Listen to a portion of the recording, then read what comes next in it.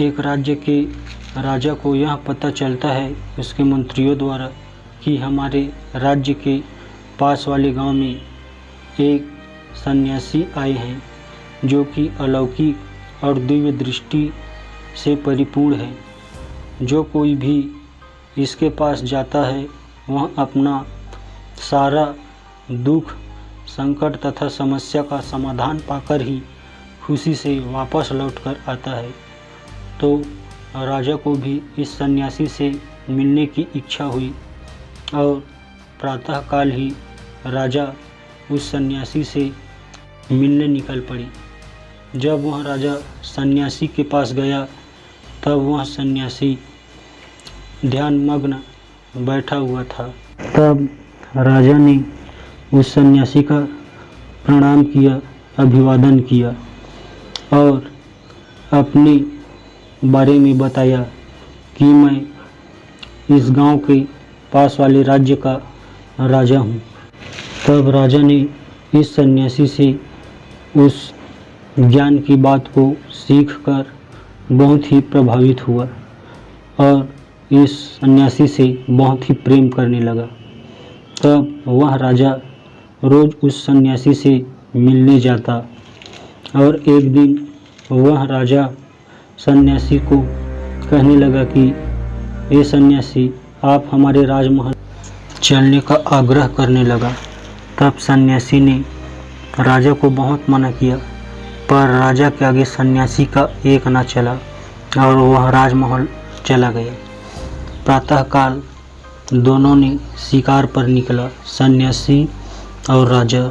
तो शिकार का पीछा करते करते वह बहुत दूर घने जंगल के बीच रास्ता भटक गए और रास्ता ढूंढते ढूंढते शाम हो चुका था और दोनों को भूख भी लगी थी।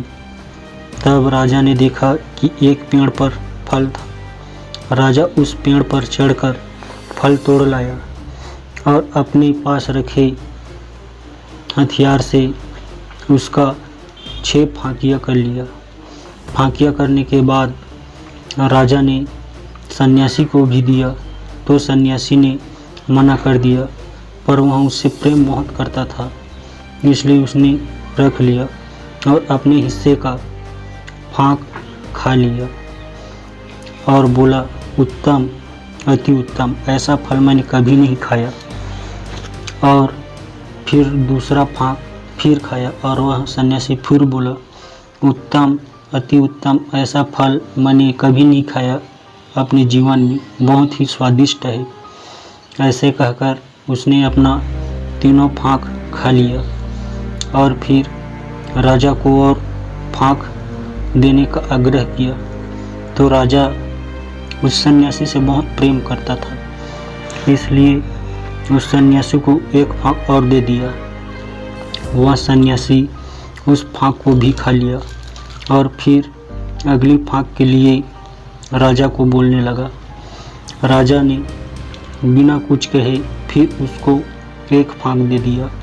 सन्यासी राजा के पास से 5 फांक खा चुका था और बचा एक फांक राजा के पास था। सन्यासी ने फिर उससे एक फांक मांगने की आग्रह किया, तो राजा ने मना किया कि ये सन्यासी, ये तो बहुत अन्याय है, भूख मुझे भी लग रहा है और आपको भी, मैंने अपने हिस्से का 2 फांक भी आपको दे दिया है, अब बचा एक फांक मैं खाऊंगा। तब सन्यासी ने उसके हाथ से छीन ली, देखते रह गए। तब राजा ने सन्यासी हाथ से छीना और जब राजा छीन कर उस फांक को खाया तो वह फल बहुत कड़वा था। तब राजा ने सन्यासी को कहा, यह सन्यासी, आप पागल हो गए हैं, इतना कड़वा फल खा लिया और मुझको कुछ बताया तक नहीं। तब सन्यासी ने बोला, यही तो जीवन का सार है। हमें अपने जीवन में जो भी बाधाएं हैं, संकट हैं, दुख, घर परिवार आदि से जो हमें मिला है उसको हमें इस जहर के भांति पी जाना चाहिए। किसी भी प्रकार का मन में द्वेष, पुराना दुख, दुश्मनी, सब कुछ भूल देना चाहिए। हे राजा, अगर जीवन में हमें कुछ पाना है तो हमें इस जहर के भांति ही अपना सभी व्यथा को भूल जाना है और जीवन में खुशहाल रहने के लिए हमको जीवन के सार तत्व को अपनाना है तथा खुशहाल जीवन यापन करना है। इस कहानी से हमें यह सीख मिलती है कि हमें पुराना दुश्मनी देश भाव सब कुछ जहर के भांति पीकर शांत रहना तथा हम सबको अपने लक्ष्य के प्राप्ति के लिए अग्रसर होना चाहिए।